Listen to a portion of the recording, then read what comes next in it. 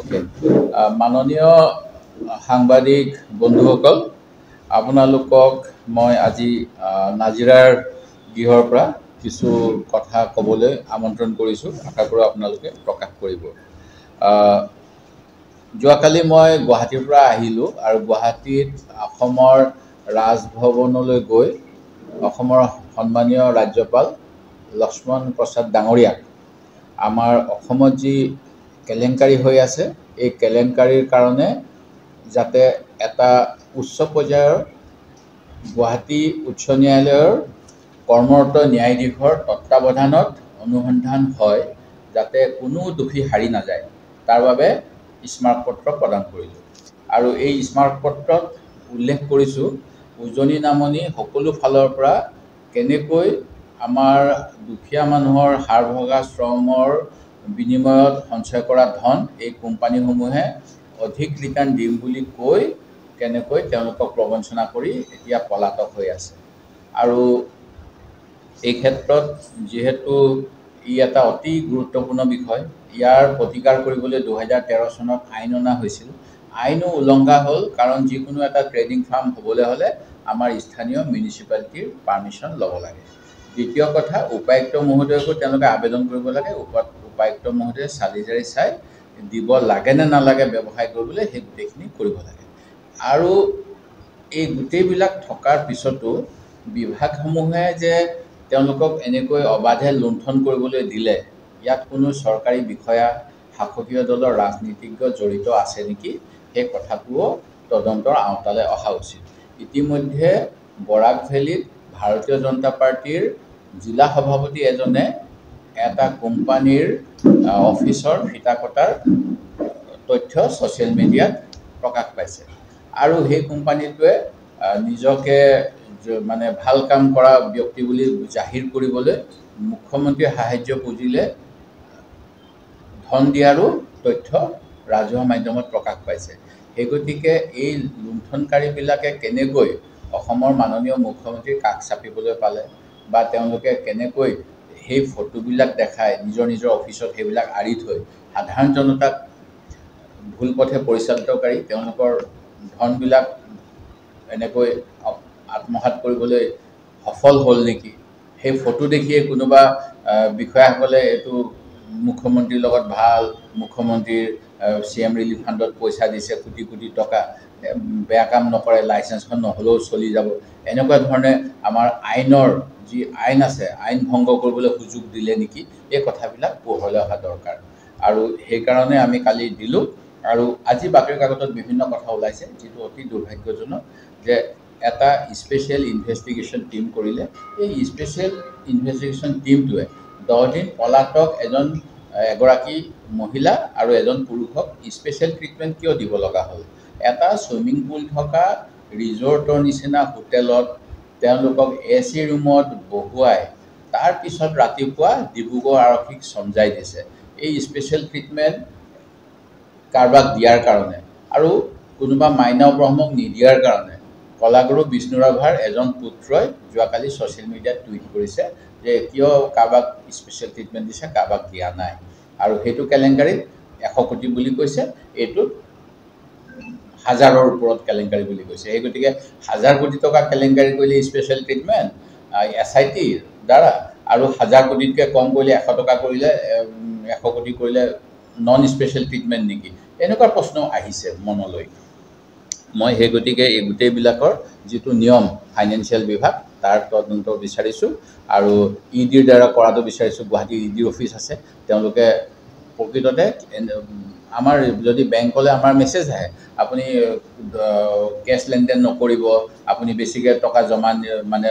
কিবা কিবি যদি 10 লাখ টকাৰ বিজ্ঞাপন প্ৰকাশ কৰে 10 লাখ টকাৰ ওপৰত একাউণ্ট হ'লে আৰু জমা দিলে বহুত কিবা কিবি তথ্য দিব লাগে এই যে 1000 কোটি 100 কোটি কৰিলে এইবিলাক কি এইবিলাক কোনে চোৱা নাছিল কেলে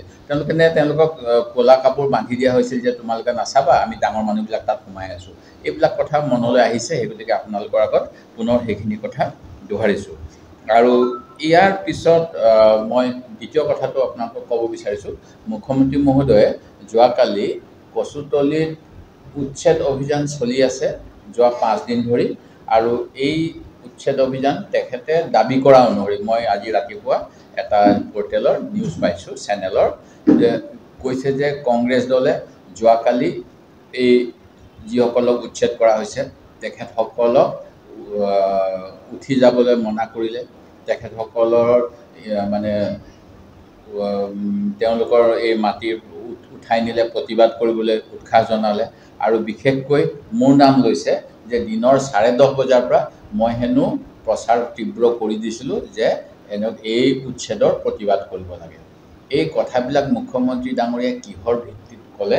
মই নাজানো মই আপোনালোকৰ মাধ্যমেৰে অসমৰ সমূহ জনতাক ক'ব বিচাৰিছোঁ মই এনেকুৱা কোনো কাম যিখিনি মানুহৰ ক্ষেত্ৰত সন্দেহযুক্ত নাগৰিক বুলি উল্লেখ কৰিছে বাতৰি কাকতত বিভিন্ন মাধ্যমত সন্দেহযুক্ত নাগৰিকক সহায় কৰা কাম অসম কংগ্ৰেছ দল আৰু মই দেৱব্ৰত শইকীয়াই কেতিয়াও কৰা নাই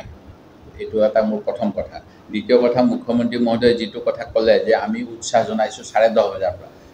এই কথা একেবাৰে অসত্য মই আজি পুৱা প্ৰদেশ কংগ্ৰেছৰ সভাপতিক সুধিছোঁ আমাৰ সামাজিক মাধ্যম গুৱাহাটী জিলা কংগ্ৰেছৰ সভাপতি আৰু মৰিগাঁও জিলা কংগ্ৰেছৰ সভাপতি সকলোকে সুধিলোঁ তেওঁলোকে সকলোৱে কৈছে আমি কোনেও এনেকুৱা ধৰণৰ প্ৰচাৰ কৰা নাই যি প্ৰচাৰৰ দ্বাৰা এই বেদখলকাৰীসকলক আমি কিবা উৎসাহ জনাইছোঁ প্ৰকৃত কথাটো হ'ল যে এই গোটেই কথাবিলাক মুখ্যমন্ত্ৰী মহোদয়ে ইছ্যু ডাইভাৰ্ট বুলি যিটো কোৱা হয় ইছ্যু ডাইভাৰ্ট কৰিবলৈ আৰু কংগ্ৰেছ দলক বিভিন্ন প্ৰকাৰে যোৱা সময়ছোৱাত তেখেতে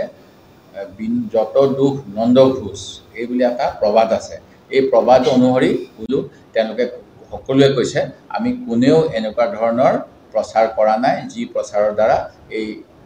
বেদখলকাৰীসকলক আমি কিবা উৎসাহ জনাইছোঁ প্ৰকৃত কথাটো হ'ল যে এই গোটেই কথাবিলাক মুখ্যমন্ত্ৰী মহোদয়ে ইছ্যু ডাইভাৰ্ট বুলি যিটো কোৱা হয় ইছ্যু ডাইভাৰ্ট কৰিবলৈ আৰু কংগ্ৰেছ দলক বিভিন্ন প্ৰকাৰে যোৱা সময়ছোৱাত তেখেতে যত দুখ নন্দ ঘোষ এই বুলি এটা প্ৰবাদ আছে এই প্ৰবাদ অনুসৰি উজনি অসমত তেখেতসকলে যিহেতু মুখ ঠেকেচা খালে যোৱা লোকসভা নিৰ্বাচনত তাৰ পিছৰ পৰা কংগ্ৰেছ দলক চক্ৰান্ত কৰি অসম বিৰোধী সাজিবলৈ যত্ন কৰি আছে তাৰে এটা অংশ আৰু সেই গতিকে তেখেতে মোক এটেক কৰিছে মই যিটো কথা কোৱা নাই তেখেতে উল্লেখ কৰিছে যে 10:30 বজাৰ পৰা মই প্ৰচাৰ চলাইছোঁ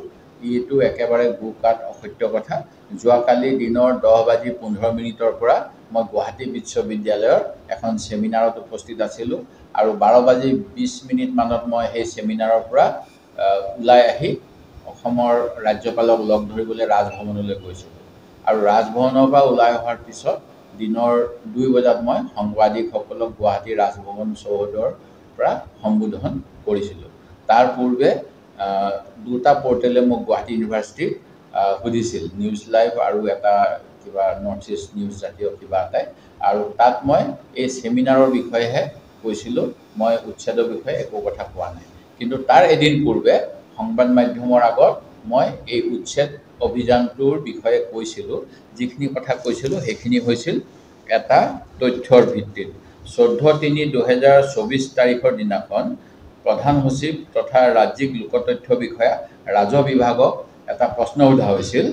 অসমত বৰ্তমান VGR PGR চৰকাৰী খাস ভূমি জলাশয় সত্ৰ অথবা ৰেলৱেৰ কিমান ভূমিত বেদখল হৈ আছে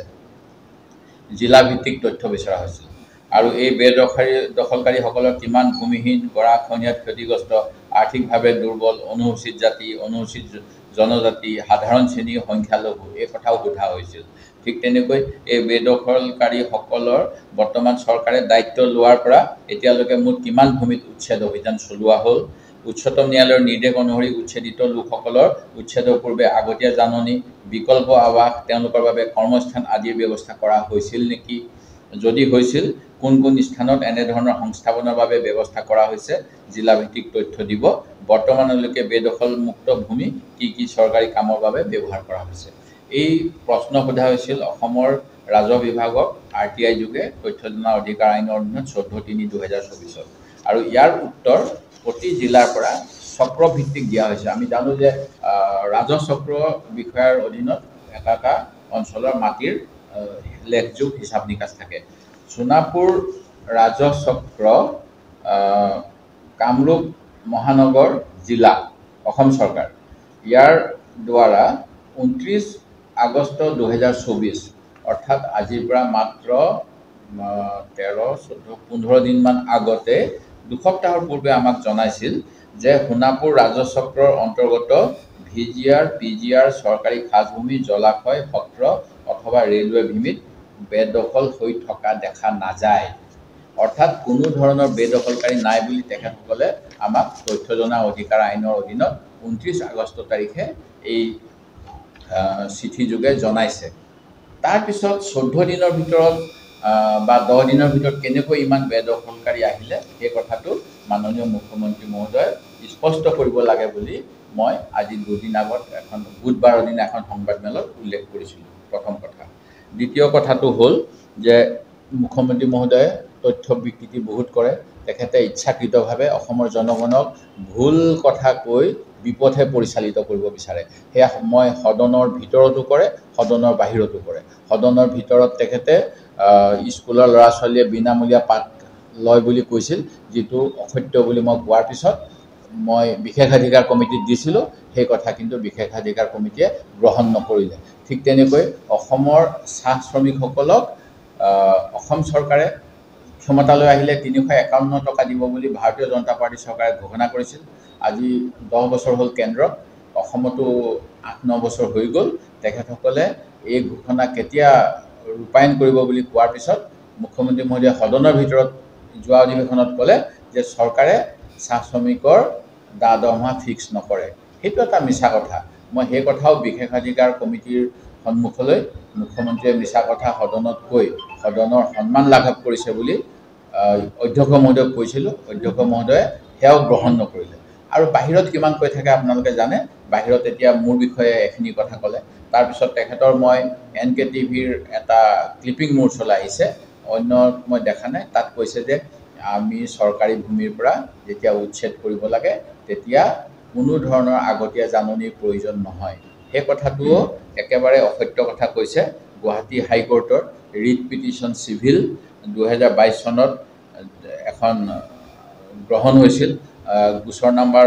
1057 1057। তাত স্পষ্টকৈ উল্লেখ কৰা আছে যে ভূমিৰ অধিকাৰ বা মানুহৰ বসবাসৰ অধিকাৰ এইবিলাক ভাৰতীয় সংবিধানৰ মৌলিক অধিকাৰ নম্বৰ 21ৰ অন্তৰ্গত। আৰু সেই গতিকে উচ্ছেদ কৰিব লগা হ'লে উচ্ছেদৰ পূৰ্বে উচ্ছেদ কৰিব লগা লোকসকলক জাননী দিব লাগে। চৰকাৰী ভূমিত থাকিলেও জাননী দিব লাগে। এই ক্ষেত্ৰত মুখ্যমন্ত্ৰী মহোদয়ে মিছা কথা কৈছে, যাতে তেওঁ এটা ধাৰণা দিব পাৰে যে মানে কিছুমান কংগ্ৰেছে কিছুমান মানুহক সহায় কৰি থাকে, সন্দেহযুক্ত নাগৰিকক সহায় কৰে। এনেকৈ তেখেতে ৰাজনৈতিক মুনাফা ল'ব বিচাৰিছে দেশীয় নাগৰিকক উচ্ছেদ কৰি। আৰু গুৱাহাটী হাইকোৰ্টৰ অথবা সুপ্ৰিম কোৰ্টৰ নীতি নিৰ্দেশনা পালন তেখেতে কৰিব বিচৰা নাই, যিটো শাসনৰ মুৰব্বী হৈ সংবিধান ৰক্ষাৰ শপত লোৱাৰ পিছত অসমৰ মুখ্যমন্ত্ৰীয়ে এনে কাম কৰাৰ বাবে মই তেখেতক ধিক্কাৰ দিছোঁ। আৰু গোটেই ৰাইজক বিপথে পৰিচালিত কৰিব বিচাৰিছে। সেই কথাখিনি মই তথ্যসহ আপোনালোকক দিছোঁ।